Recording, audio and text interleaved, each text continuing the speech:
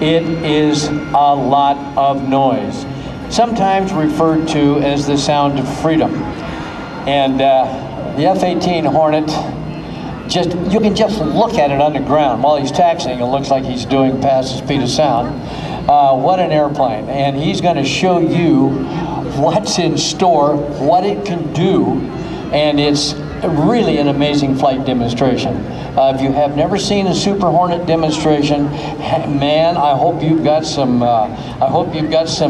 room left on those video cameras that if you're shooting out here today, because you know, it's going to be fun this winter when you put your feet up on the coffee table and you're sitting in front of the fire and say, "Watch this! Wow!" Well, on behalf of the United States Navy Naval Air Station, Lemoore, Commander Strike Fighter Wing Pacific, and the commanding officer of Strike Fighter Squadron 122, we are proud to present the FA-18 Super Hornet demonstration. Turner will release the brakes and we're going to accelerate.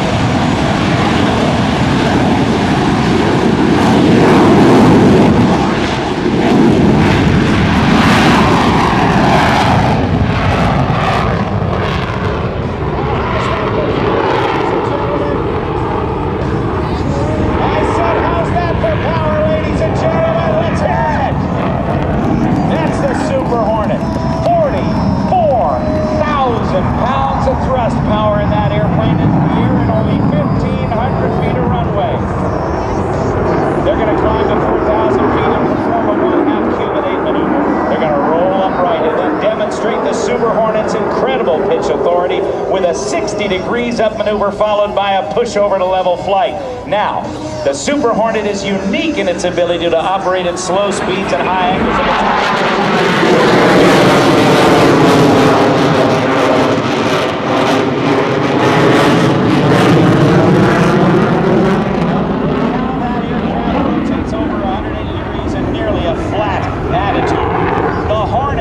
Super Hornet, the Navy's new Sting.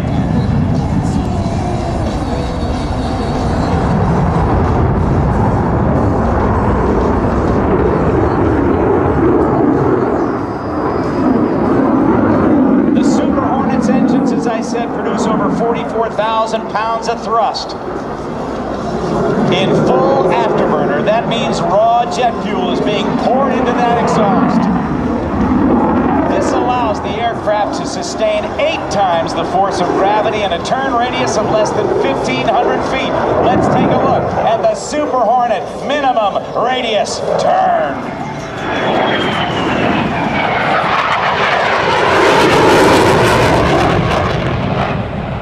If you look carefully, you can see all of the afterburners with that raw jet fuel being poured into the exhaust. That's the sign that it's really got some huge power being forcing those guys into their seats.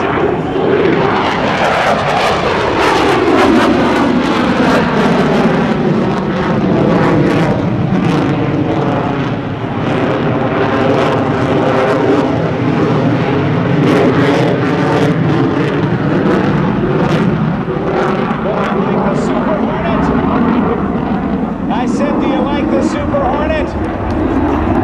You betcha. The Super Hornet is now setting up for a high-speed pass to an idle vertical climb. During this maneuver, the aircraft will approach you at nearly Mach 1, the speed of sound, demonstrating the use of speed to surprise an enemy. You may notice white vapor coming off the Super Hornet, indicating that it's very close to the speed of sound. And they're going to be very careful not to exceed that speed because the subsequent sonic boom would actually shatter all the windows. As they pass in front of you, Lieutenant Turner will pull the aircraft into the vertical and then point the jet quickly back at the earth. From the right, the high-speed pass to the vertical climb. Let's look at it.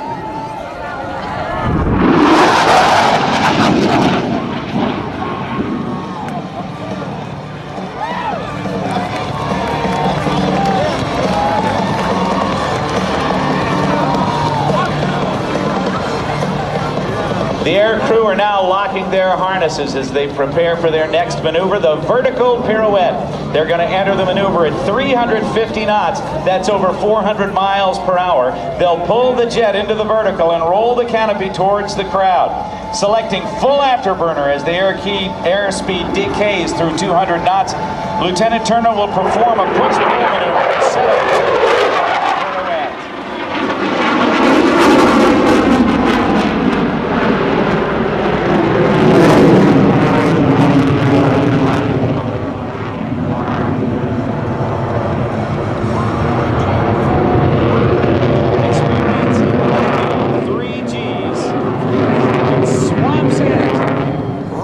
Points back toward the earth.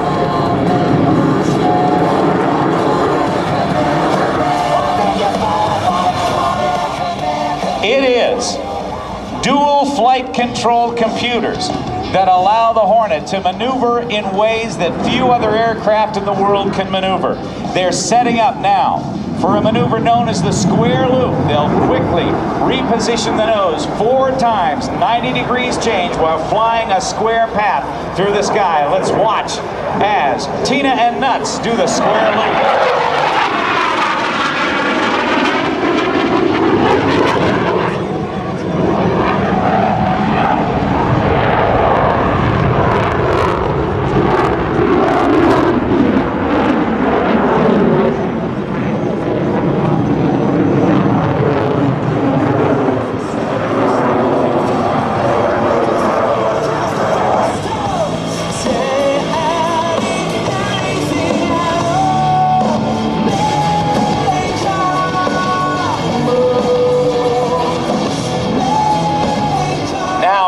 Exiting the loop as they come down now through side 4 with that last 90-degree pull. They're going to execute a loaded roll and demonstrate the awesome low-speed maneuver.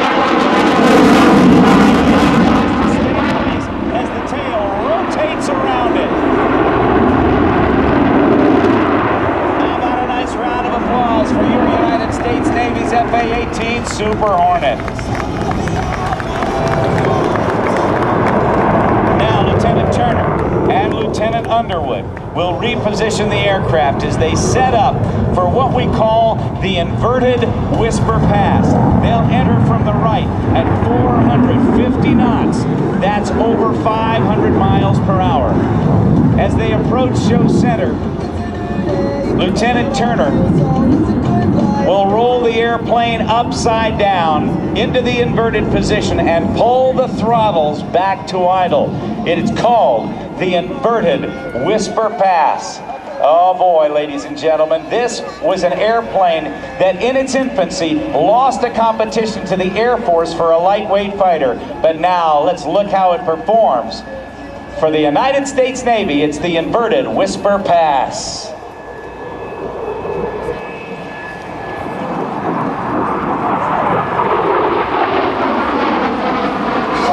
Throwing the stick to the right, the power comes back up.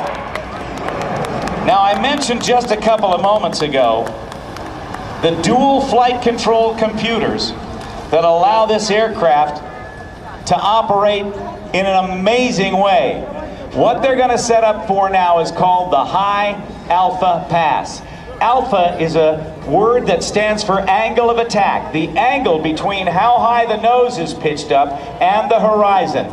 These dual flight control computers will allow Lieutenant Turner to pull the nose up some 25 degrees up above the horizon using the power of those General Electric engines and slow the Super Hornet down to 100 miles per hour across the ground. It sometimes gives, in combat, the slowest aircraft the advantage because the other guys will shoot right by. Take a look at that, ladies and gentlemen.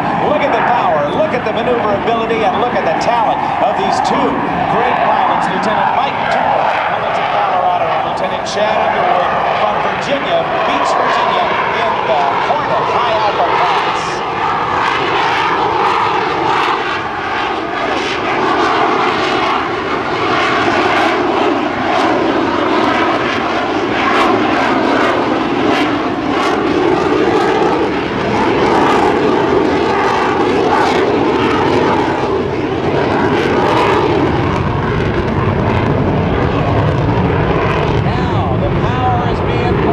As they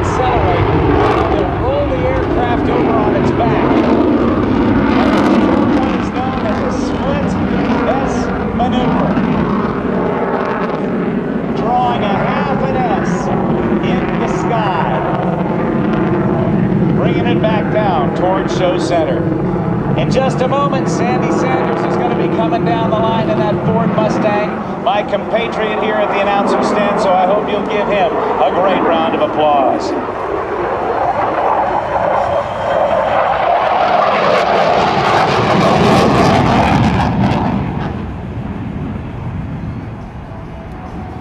The top speed of the A-18 Super Hornet is just about 1,150 miles per hour, almost 2 times the speed of sound, Mach 1.8. Now, the job of a naval aviator isn't complete until he's able to land on a carrier deck, sometimes pitching and always moving away from him. Watch as these guys now approach from the left, setting up for what is known as the carrier brake, coming through very low, very fast. They will then go into 90 degrees of bank to slow down and approach the carrier.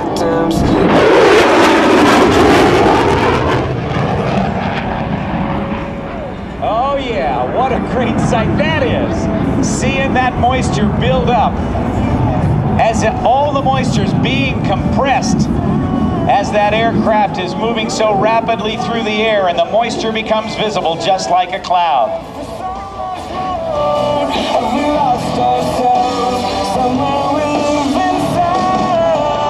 The carrier is most vulnerable during landing and takeoff operations when it has to point right into the wind.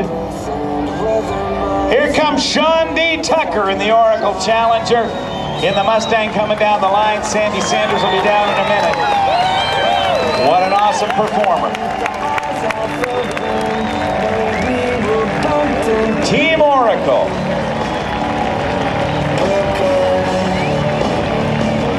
The aircraft carrier is pointed directly into the wind during carrier flight operations, and it is very vulnerable to attack. And so that's why the aircraft approach very rapidly, get themselves into a position to land very rapidly, and each and every landing is graded. Even here at Marine Corps Air Station Miramar, the pilots' landings are graded. There is, painted on the runway, the outline of a carrier deck, and it is the job of the pilot, as you see Lieutenant Turner now as he approaches at 140 knots, about 155 or 160 miles an hour, to put that airplane right down on a mark. To catch on an aircraft carrier one of 4 wires stretched across the carrier deck. A 3-wire, catching the 3rd wire with the tail hook that's on the back of the airplane, is the optimum one to catch. Ladies and gentlemen, I hope you will help me thank your United States Navy and Lieutenant Turner and Lieutenant Underwood, who currently serve as instructors at Strike Fighter Squadron 122.